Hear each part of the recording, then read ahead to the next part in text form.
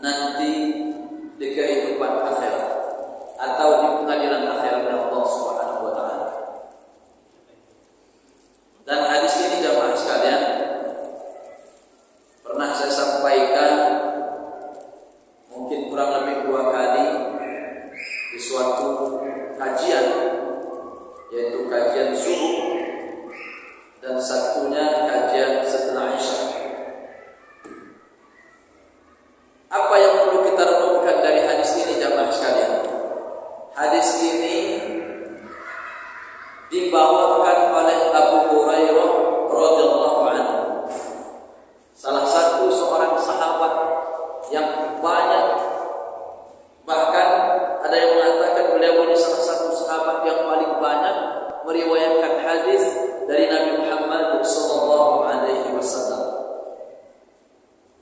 Dan yang meriwayatkan hadis ini adalah Imam Muslim. Tapi sebelumnya juga jamaah sekalian, ada hadis yang juga dibawakan oleh Imam Bukhari, yang mana hadis yang datang dari Imam Bukhari ini sebenarnya ada kolerasinya dengan hadis yang disampaikan yang diriwayatkan oleh Imam Muslim. Karena terkenal jamaah sekalian, hadis Imam Bukhari dan Imam Muslim adalah sahihain, 2 hadis sahih. Dan mereka berdua ini meriwayatkan hadis yang hanya derajatnya sahih. Kalau Imam Tirmidzi ada sahih, ada hasan. Hasan li dzatihi, hasan li ghairihi. Kemudian ada beliau meriwayatkan, artinya memberikan peringkat hadis itu ada dhaif, maudhu. Kemudian Imam Abu Dawud pun, Ibnu Majah itu dan seterusnya. Nah, menarik jamaah sekalian, karena hadis yang dibawakan oleh Imam Bukhari dan ternyata salah satu orang yang nanti akan paling melarang kehidupannya di akhirat itu adalah orang-orang yang memiliki banyak kezaliman terhadap orang lain di waktu di dunia ini. Meskipun dia rajin sholat, meskipun dia rajin puasa, meskipun juga dia rajin berzakat. Jadi jamaah sekalian, ada orang itu yang sholatnya jalan, puasanya jalan, zakatnya juga jalan, bahkan sholat sunnah dia jalankan juga, sholat wajib dia jalankan, puasa wajib, puasa sunnah. Kemudian juga zakatnya, jangankan zakatnya, mungkin dia juga termasuk orang yang rajin bersedekah dan orang-orang yang rajin juga berinfak. Makanya jamaah sekalian, orang-orang yang sholat pun sebagaimana dalam surah Al-Ma'un, dia salah satu orang yang yukadzibu biddin. Ada orang yang dia termasuk yukadzibu biddin, mendustakan agama. Salah satunya orang-orang yang melakukan sholat, orang yang lalai dari sholatnya. Salah satunya lagi cirinya, karena banyak jamaah sekalian, ciri orang-orang yang sahur, lalai dari sholatnya itu, salah satunya orang-orang yang dia melakukan sholat 5 waktu, tapi masih ada di antara sholat 5 waktu itu yang dia tinggalkan. Sholat maghrib oke, isya oke, subuh dia tinggalkan, zuhur dia sholat, asar dia sholat, hanya subuh karena malas bangun, masuk dalam kategori sahur. Karena Nabi mengatakan al-ahdu alladhi bainana wa bainahum as-shalah, kata beliau, faman tarakaha faqad kafara. Perjanjian antara kita dengan mereka, kata Nabi, antara kita sebagai seorang muslim dengan orang-orang kafir, dengan kekafiran, itu adalah di sholatnya. Faman tarakaha, maka siapa yang meninggalkan sholat, kata Nabi, faqad kafara, maka dia telah kafir dia. Maka besar resikonya jamaah sekalian. Walaupun dia sholat 5 waktu ini, 4 dia lakukan, 1 dia tinggalkan, bisa masuk celaka dia. Karena sholat 5 waktu ini gak bisa jamaah sekalian. Yang dilakukan cuma 3, atau yang dilakukan cuma 4, mesti 5-5-nya wajib dalam semua kondisi. kondisi, kecuali haid, kecuali nifas. Nah, itu jamaah sekalian. Atau kalaupun dia sakit, kalaupun tidak mampu berdiri, duduk. Kalau tidak mampu dia duduk, maka berbaring. Kalaupun tidak mampu berbaring, meletakkan lambung ke kanan, maka terletak. Artinya sakit pentingnya sholat tidak bisa ditinggalkan. Bisa jadi orang yang sholat ini jamaah sekalian termasuk orang yang nanti, maksudnya jika dia melakukan kezaliman yang akan disebutkan dalam hadis ini nanti, maka dia termasuk orang-orang yang melarang. Makanya Nabi mengatakan, man kanat lahu mazlamatun li akhihi min 'irdihi aw syai'in falyatahallalhu, kata Nabi, siapa di antara kita atau siapapun, man kanat lahu mazlamatun, siapapun di antara kita jamaah sekalian yang memiliki kezaliman kepada saudaranya, siapapun dia, entah dia saudara seiman, entah dia saudara senasab. Karena ada saudara seiman, kita semua saudara seiman. Kita disatukan oleh la ilaha illallah Muhammadun Rasulullah. Saudara kita itu saudara karena iman. Ada saudara karena nasab, adik kakak, bibi, paman, kakek, ayah, ibu, saudara karena nasab. Siapapun, kata Nabi, man kanat lahu mazlamatun, siapapun yang memiliki kezaliman li akhihi, kepada saudaranya. Sekali lagi, baik saudara seiman ataupun saudara senasab. Min 'irdihi, dia menzalimi kehormatan saudara. Dia jelek-jelekkan kondisi keluarga tertentu. Walaupun benar, tapi dia umbar-umbar, kemudian dia buruk-burukan. Ada orang misalnya dia hina-hina di depan umum, dia jatuhkan martabatnya sengaja misalnya, zalim. Atau orang yang dia punya keburukan, kita umbar-umbar keburukannya, sehingga orang tidak mempercayai lagi dirinya, sengaja mengumbar itu untuk menjatuhkan martabatnya. Min 'irdihi, itu berbuat zalim juga jamaah sekalian. Jadi berbuat zalim itu, jangan jamaah sekalian berpikir bahwa yang namanya zalim kita selalu posisinya dianiaya misalnya secara langsung. Misalnya apakah kita selaput mata kita ini itu ada yang tidak dibuka sama Allah di dunia ini, tapi nanti bukanya itu tatkala minimal ajal menjelang. Waktu ajal menjelang jamaah sekalian, udah mau mati benar, itu kelihatan. Namanya iblis goda biar kita tuh masuk Kristen, masuk Nasrani, masuk Yahudi, begitu, masuk Majusi. Jadi orang yang sekarang itu bisa melihat bagi sakaratul maut. Ada yang mampu melihat karena ainul yakin. Ada namanya ainul yakin. Jamaah sekalian pernah dengar istilah ainul yakin kan? Ada ya?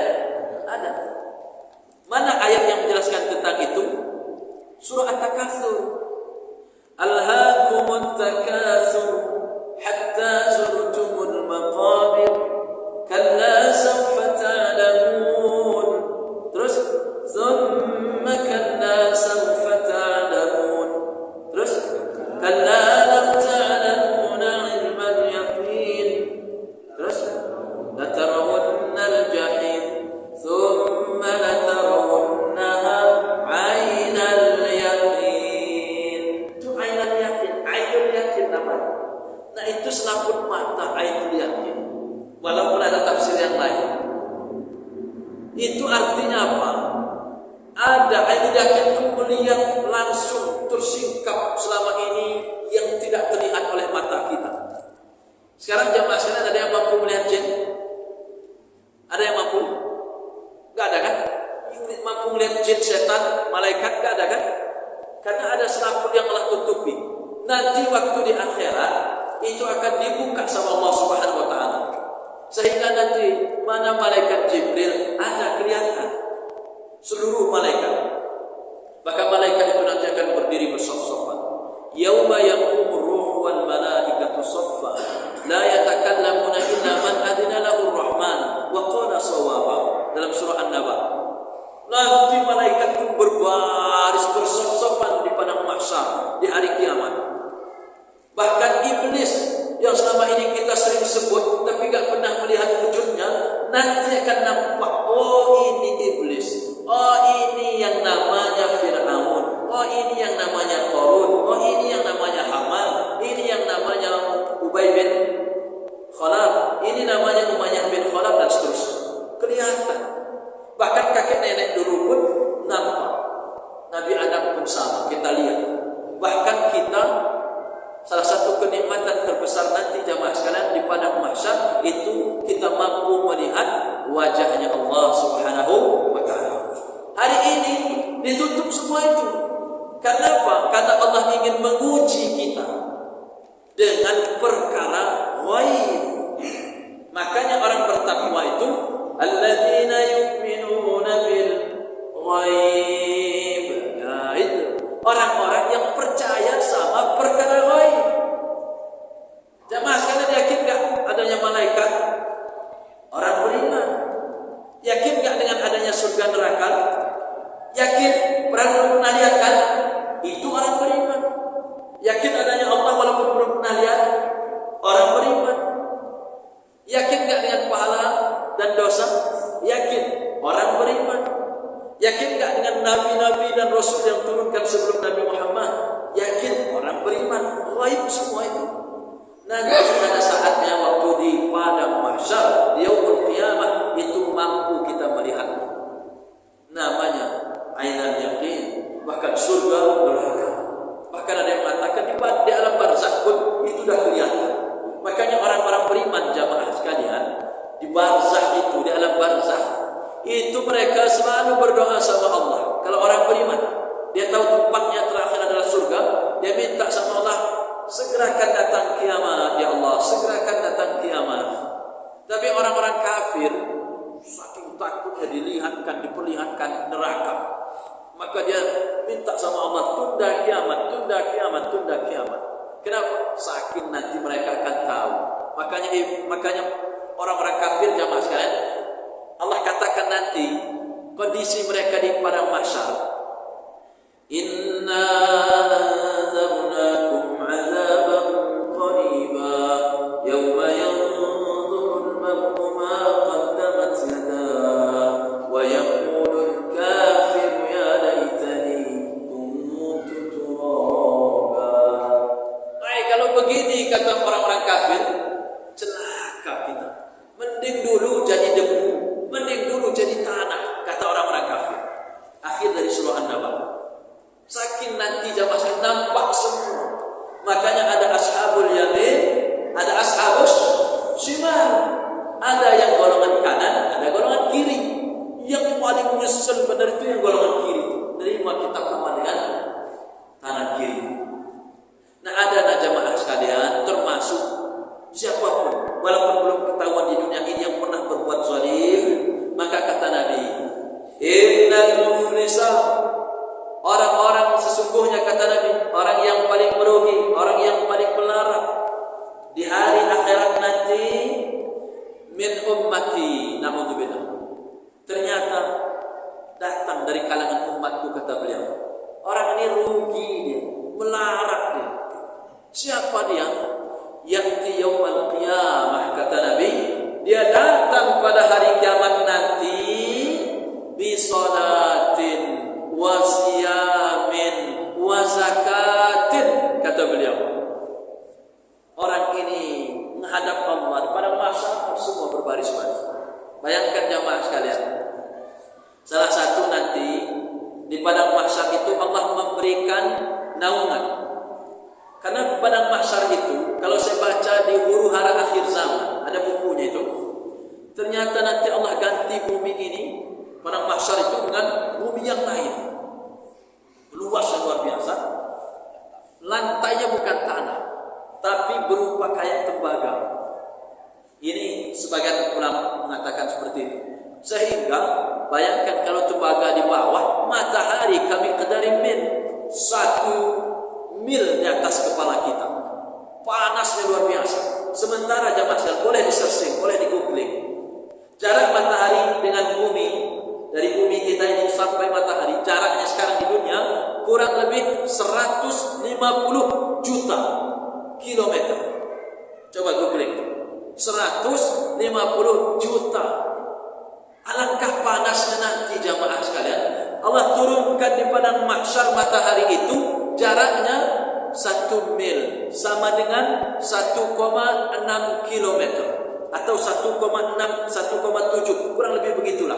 Artinya tak jauh-jauh. Coba lihat 1 mil itu berapa ukurannya. Silakan di googling. 1,6 kilo ya, 1,7 lah, kurang lebihnya begitu. Ya kan? Bayangkan jamaah sekalian. Maka Nabi menjamin ada 7 golongan nanti ibu-ibu. Moga-moga kita semua bapak-bapak dan hadirin sekalian. Ada 7 golongan. Saking panas matahari dekat dengan kita, panas. Maka saya pernah menyampaikan, ada yang berkeringat sampai apa jamaah sekalian? Tubuhnya itu banjir dengan keringat. Dia berenang dengan keringatnya sendiri, saking panas. Tapi Nabi menjamin, ada kata Nabi 7 golongan. Sab'atun yuzilluhumullahu fi zillihi yawma la zilla illa zilluh, kata beliau. Ada 7 golongan yang dapatkan naungan nanti di hari kiamat. Salah satunya orang-orang yang saling mencintai karena Allah. Wa rajulani tahabba fillah ijtama'a alaihi wa tafarraqu alaihi. 2 orang yang bersahabat berkawan karena Allah. Bukan karena hobi. Ada yang berkawan akrab, tapi karena hobi sama-sama suka main burung. Ada yang berkawan akrab mereka, tapi bukan karena Allah, karena hobi sama-sama main badminton satu klub. Ada yang berkawan akrab, bukan karena Allah, tapi memang sama-sama hobi main gambling. Ya bahagia sahabat mereka, bersahabat akrab kemana-mana mereka, karena sama-sama hobi main gambling, sama-sama hobi main rally.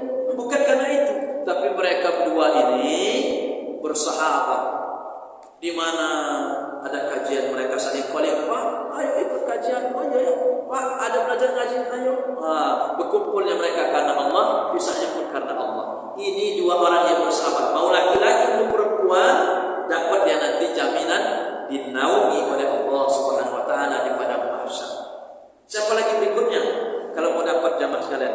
Wa rajulun tasaddaqa bi sadaqatin fa akhfaha hatta la ta'lamu shimaluhu ma tunfiqu yaminuhu.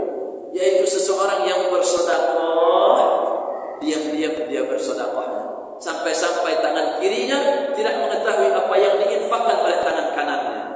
Tahu Pak maksudnya? Ya sedekahnya lancar, tapi diam-diam enggak banyak cerita, enggak juga pamer, malah khawatir kalau dia banyak yang tahu. Nah, itu luar biasa jamaah sekalian. Itu salah satunya orang yang akan dinaungi. Kemudian berikutnya, salah satunya dari 7 itu saya bacakan secara acak aja. Wasyabun nasya'a bi'ibadatillah. Pemuda atau pemudi yang mereka besar, tumbuh besar, sementara mereka dalam kesalehan, ketaatan kepada Allah Subhanahu Wa Taala. Akan didiklah anak-anak kita jamaah sekalian, anak-anak kita semua untuk agar mereka tumbuh sampai dewasa dalam ketaatan kepada Allah Subhanahu Wa Taala. Mulai balik, jangan lupa para bapak-bapak dan ibu-ibu, anaknya diingatkan, nah, kamu sudah balik, pakai jilbab. Kalau dia terus dalam ketaatan nanti sampai dewasa, biasa pakai jilbab tutup aurat, insyaallah nanti anaknya akan termasuk yang mendapatkan salah satu naungan dari naungan Allah Subhanahu Wa Taala. Lanjut jemaah sekalian, saya masih lanjutkan. Orang ini kata Nabi melarang. Dia datang pada hari kiamat nanti, kata beliau, ya'ti yaumal qiyamah bisolatin, dengan pahala-pahala salatnya, baik salat wajib maupun sunnah, wasiyamin, dengan pahala-pahala puasanya, baik wajib maupun sunnah juga, wasakatin, dia juga dengan membawa pahala zakatnya. Tapi kata Nabi, nah ini celakanya dia begini, wa ya'ti, kata Nabi, qad syatama hadza wa qadhafa hadza wa akala mala hadza wa safaka dama hadza wa daraba hadza, kata beliau. Tapi celakanya orang ini dia sholat tapi juga suka wa ya'ti qad syatama hadza, kata Nabi.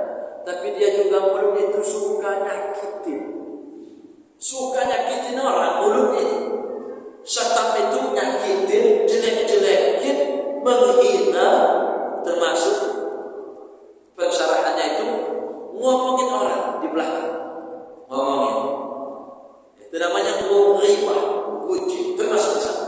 Karena gunjing ghibah itu Pak, itu menjatuhkan martabat orang lain. Kecuali nanti kalau misalnya boleh persidangan, seorang suami melaporkan kepada seorang ustaz tentang keadaan suaminya begini begitu, boleh. Ada memang dalam kondisi sesuatu itu ya, itu boleh. Nah, memang ada ini ya. Tapi ada batasan-batasan. Kalau nggak ada itu semua nggak boleh. Justru kita bagaimana menutupi aib keburukan saudara kita. Apalagi kalau suka menghina, nggak bisa menghargai bawahannya. Hai, kamu ini kerja jelek benar. Udah siang datang ini, wah hina terus sakit. Terus itu pun terus banyak hina, ngejek terus kerjaan itu. Hati-hati, mulut-mulut seperti ini jamaah sekalian nanti bisa membawa dia sholat, tapi kata Nabi karena penyebab mulutnya nyakitin orang terus kerjaannya, ngomongin orang terus kerjaannya, jelek-jelekin terus orang, ngehina, termasuk Pak, mulut yang suka mengumpat, mulut yang suka mencela. Dulu saya pernah membacakan ayat jamaah sekalian dalam surah Al-Humazah. Surah Al-Humazah itu di juz 30. Hafal enggak jamaah sekalian? Hafal? Al-Humazah. Apa surah Al-Humazah itu? Wailul likulli humazatin lumazah. Buka tuh terjemahannya. Celaka kata Allah setiap pengumpat lagi pencela. Setiap pengumpat lagi pencela. Mulut yang suka ngumpat, mulut yang suka mencela. Dan ini ternyata jamaah sekalian, kejadian saya tadi pagi. Saya cerita sama istri, ini alangkah hatinya manusia ini, saya bilang. Saya mau ngantarin anak sekolah. Hanya salah paham sebenarnya. Oke, saya ngakuilah salah. Hanya saja dia mau belok Pak. Orang ini mau belok sama-sama pakai motor nganterin. Dia mau belok ke arah kanan, kan saya sudah di sebelah kiri mau balik kanan. Dia di tengah. Kalau mau hak jalan, mestinya jalan yang lurus dulu kan, daripada yang belok mestinya. Dia udah berhenti, saya sama-sama berhenti. Fikir saya melihat dia berhenti, mempersilahkan saya. Saya pun mengegas sedikit. Enggak sampai jarak dekatan, enggak. Hanya sedikit dia kaget. Habis itu ngoceh-ngoceh Pak. Ngoceh-ngoceh gak karuan. Apa kamu ini katanya? Gak lihat saya sudah mau jalan segala macam. Dia ngoceh-ngoceh gitu. Karena saya pelan-pelan. Habis itu terakhir saya bilang, mohon maaf Pak, biasa saja. Saya bilang begitu. Saya ngomong begitu dibalasnya apa Pak? Anjing lu katanya. Wah, sama ngomongnya apa lagi? Satunya Pak, monyet lu katanya. Saya bilang sama anak saya, jangan dengerin omongan bapak itu tadi. Itulah kualitasnya saya. Kamu jangan tiru ngomong gitu. Karena kadang-kadang anak-anak itu ngikut juga ngomong gitu. Jadi monyet Pak, saya bilang monyet sama dia. Ya Allah, hanya karena saya ngegas mau ini sedikit, padahal nyentuh aja enggak boro-boro nyentuh, jaraknya begitu jauh. Tapi udah keluar omongan umpatan itu, monyet lu katanya. La ilaha illallah. Saya kebayang betul. Pikir saya ya, apa ini? Pasti itu jarang baca Quran orang-orang begitu, itu pasti. Ngumpat, mencela. Naudzubillah. Banyak ternyata jamaah sekalian. Ada mungkin orang senggolan spion. Padahal orangnya nggak kena, cuma spion. Padahal cuma hanya kelipat aja. Ngocehnya minta ampun. Penyebab orang itu bunuh-bunuhan Pak sebenarnya karena mulut. Coba diam-diaman aja. Kalau enggak pelotot-pelototan aja, diam-diaman aja. Ini aja selesai kita jalan. Ini karena mulut. Karena satu ngomongin anjing lah, ngomongin babi lah, ngomongin monyet lah segala. Itu akhir bunuhan mereka. Berantem di jalan, keluar golok, keluar cangkul, keluar macam-macam. Gara-gara apa? Mulut. Maka kata Nabi, siapa yang mampu menjaga apa yang ada di kedua rahangnya, mulutnya, dan dia mampu menjaga apa yang ada di antara kedua pahanya, kemaluannya, Nabi menjaga, dia bisa masuk surga. Itu ternyata mayoritas manusia jamaah sekalian tidak mampu menjaga mulutnya.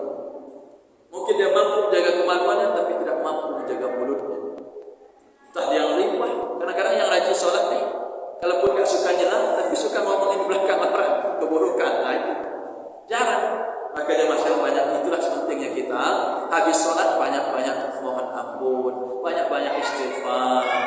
Ya kan? Nggak ada manusia yang selamat dari dosa, noda. Tapi senantiasa kita mohon ampun. Itu makanya jemaah sekalian, orang-orang sholat tapi mulutnya tadi.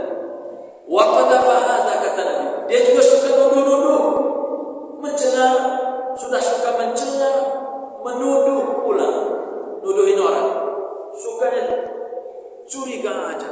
Siapa yang jangan-jangan enggak pernah maling memang datang dulu atau nuduh. Makanya jamaah sekalian, saya menyayangkan misa. Ada pihak-pihak berwajib, tapi wallahu a'lam. Tapi maksud saya, pihak siapapun mesti harus juga introspeksi, sudah benar belum dalam menegakkan hukum. Karena banyak sekarang itu gak ada bukti, tembak mati, Pak. Benar enggak itu? Misalnya kayak teroris itu kan, tembak mati aja, bukti mana kalau jadi teroris kan? Wallahu a'lam bishawab. Entah dia karena disetting orang lah, segala macam kan, mesti minimal ada bukti. Kalau dalam penegakan hukum minimal 2 bukti kan, dan segala macam. Apalagi sekarang jamaah sekalian yang lagi marah 2024 nanti pilpres. Dari tahun kemarin itu ada buzzer sudah dibuat, tim sukses. Nah yang ngeri lagi jamaah sekalian, kerjaan buzzer ini dia ngejelek-jelekin siapa lawan dari yang akan dia bawa. Katakan antara si A sama si G misalnya. Jadi buzzernya si G, jelek-jelekin si A. Kan gitu ya. Entah ada bukti entah enggak.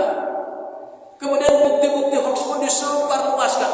Biar kalah, biar gak ada yang milih si A. Nah, kan gitu. Nuduh-nuduh, tak apa tuduhan itu dilontarkan semuanya, gak ada yang baik. Hati-hati. Ini masuk dalam hadis ini.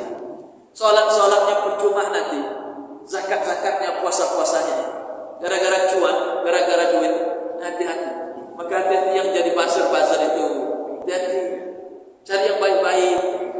Kalaupun jadi tim ses yang benar-benar, jangan nuduh-nuduh lawan sembarangan. Yang penting jagoannya menang. Akhirnya nuduh sembarangan aja, sukses. Yang penting jelek aja lawan. Udah hati-hati. Nuduh tanpa bukti bahaya. Wa qadhafa hadza, kata Nabi. Wa akala mala hadza, wa akala mala hadza. Dia juga makan harta saudaranya, entah dengan cara korupsi, entah dengan cara menipu. Ada pinjaman online, ketipu 1 juta, makan harta saudaranya dengan cara apa? Batin. Kita nggak tahu siapa yang nipu. Nanti dihadapkan sama Allah di hari kiamat nanti. Ini yang nipu kamu dulu, pulsamu 500 ribu. Ini dia, dihadapkan sama Allah dari kiamat nanti. Itulah pengadilan akhirat. Wallahu sari'ul hisab. Tapi Allah cepat hisabnya, ngitungnya Allah itu cepat. Itu termasuk tadi yang berhutang dulu nggak dibayar-bayar, sengaja nggak dibayar, bilang itu ditagih, nggak ada duit, tagih nggak ada duit, terus begitu sampai mati nggak dibayar-bayar. Nah, dizalimnya orang. Tidak. Makan harta saudaranya dengan cara yang batin, dengan cara yang zalim, akan diminta pertanggungjawaban. Apalagi kata Nabi, wasafaka dama hadza, yang pernah numpahin darah saudaranya, entah bunuh, entah mukul. Banyak macam jamaah sekalian. Anak bunuh ayah, ayah bunuh anak. Itu zalimnya luar biasa. Atau kita otak pembunuhannya, dia tak bunuh, nyuruh anak buah bunuh. Pembunuh bayaran itu sama aja, dia menumpahkan darah saudaranya. Itu nanti akan disidang, dihadapkan sama Allah. Atau wadarabah, dia pernah pukul saudara-saudaranya, entah dengan pukulannya tangannya sendiri atau dengan menggunakan tangan orang lain.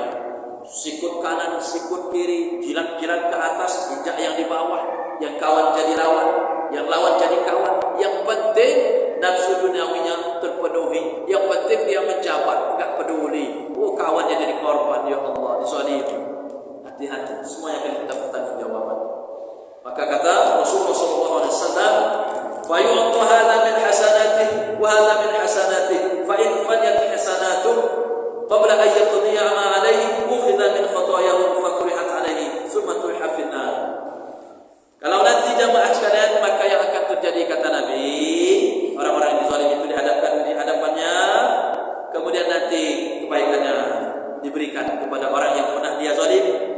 Ketika kebaikan ini jamaah sekalian sudah habis dibagikan, maka ukhiza min khotoyahum, keburukan-keburukan mereka ini dilimpahkan kepada diri. Kalau 10 yang dizalimi, 10 keburukan orang itu ditimpakan kepada diri. Sampai kata Nabi, nanti dia turihafina, dijeburkan ke dalam neraka. Inilah jamaah sekalian. Maka jangan dulu bangga dengan solat-solat yang kita lakukan. Mikir dulu, kita merenung, siapa yang pernah saya zalimi dulu sebelum kematian datang menghampiri kita. Oh, dulu saya pernah buta, apa siapa anak dulu yang pernah saya zalimi. Mikir kita. Atau orang yang pernah kita sikut-sikut dulu, gitu. Mikir kita. Oh iya, zalim kayak dulu. Mohon maaf lah. Jangan nunggu lebaran dulu jamaah sekalian. Sekarang. Jangan nunggu lebaran dulu. Nah, maka jamaah sekalian dari Allah Subhanahu wa taala, itulah orang yang paling melarat, orang yang paling bangkrut nanti di pengadilan akhiratnya Allah Subhanahu wa taala.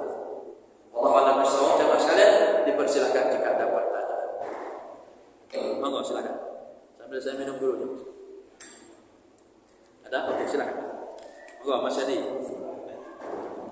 Assalamualaikum warahmatullahi wabarakatuh. Waalaikumsalam warahmatullahi wabarakatuh.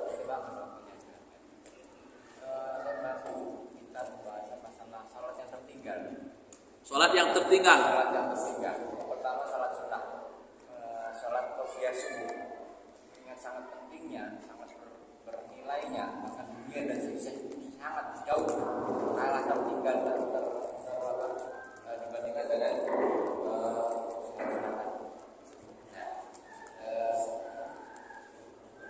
Bagaimana caranya untuk menggantikan kalau bisa digantikan ataupun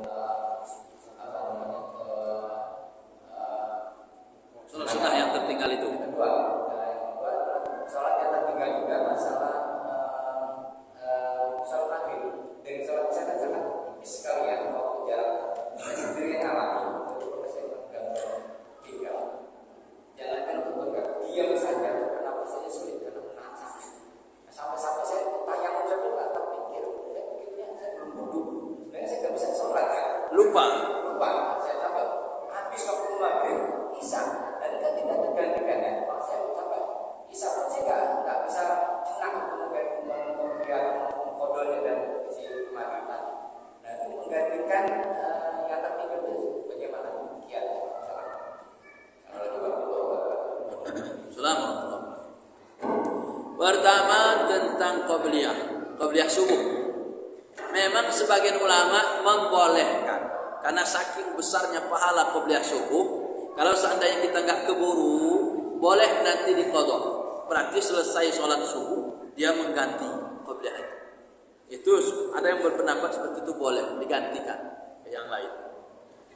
Tapi ini kan adalah perkara sunnah. Maka artinya kalaupun tertinggal sebenarnya nggak jadi mengapa sebenarnya. Oke. Nah kemudian yang kedua, kalau seandainya sholat yang dikatakan orang yang lalai dari sholat itu adalah orang yang meninggalkannya dengan sengaja. Adapun orang yang lupa atau orang yang tertidur, maka mereka tidak dikatakan lalai. Contoh jamaah sekalian, bangun, tidur jam 4 karena ronda. Subuh jam 5 kan? Saking lelapnya tidur, bangun jam 8. Subuh belum. Gimana caranya? Langsung wudu, langsung niat sholat subuh. Walaupun sudah jam 8. Itu namanya qadha. Maka qadha itu sebagian ulama mengatakan hanya untuk sholat yang lupa dan karena tidur. Selain itu, jamaah sekalian dulu, SMA udah balik, nggak sholat subuh sering ketinggalan. Mau qadha sekarang itu ikhtilaf. Tapi pendapat yang paling kuat, insyaallah itu termasuk pendapat Ibnu Taimiyah dan Ibnu Hazm. Karena itu merupakan kelalaian. Wong dia ninggalin dulu itu karena kelalaian, maka dia mesti disuruh untuk bertaubat. Nggak usah qadha. bertaubat dengan taubatan nasuha, kemudian dia diperintahkan untuk memperbaiki amalan-amalan, kemudian dia perintahkan juga untuk memperbaiki amal solehnya, termasuk amal-amal sunnahnya, sholat-sholat sunnahnya. Kemudian dia salah satunya juga diperintahkan untuk banyak bersedekah, berinfak. Karena sedekah dan infak itu pahalanya besar, sekali memberi 700 kali lipat. Nah begitu. Nah kalau misal seperti Mas Edi tadi, lupa sakit karena sakit, nahan sakit itu tadi, lupa sholat maghrib, masuk sholat isya. Gimana caranya? Maka sholatlah isya walaupun di waktu, sholatlah maghrib maksud kami, walaupun di waktu isya. Ingat tuh, belum maghrib, isya juga belum. Maka sesuai urutannya, maghrib dulu, setelah itu baru isya. Itu qada langsung di waktu itu. Langsung ingat, pas ingat langsung kerjakan. Misal jamaah sekalian jam 11 tidur, zuhur, bangun asar, pas naik masjid udah sepi, udah bubar semua. Gimana ini? Ketiduran. Langsung sholat zuhur, langsung setelah itu lakukan sholat asar. Itu cara qada. Tapi kalau sholat kita SMA dulu, itu ikhtilaf para ulama. Tapi saya mengambil pendapat yang paling kuat, mereka enggak wajib qada. Karena syariat qada itu perintah untuk mengganti sholat yang ini itu enggak ada. Itu pendapat para ulama. Kecuali kalau tertidur dan lupa. Nah, begitu. Mesti dia bertaubat kalau sengaja ninggalin dulu. Wallahu a'lam bishawab. Terima kasih jamaah sekalian, karena habis ini saya punya acara lagi, maka mungkin kita cukupkan dulu dan insyaallah kita sambung di lain hari. Demikian, dan kita tutup sama-sama membaca doa kafaratul majlis. Subhanakallahumma wa bihamdika asyhadu an la ilaha illa anta astaghfiruka wa atubu ilaik. Assalamualaikum warahmatullahi wabarakatuh.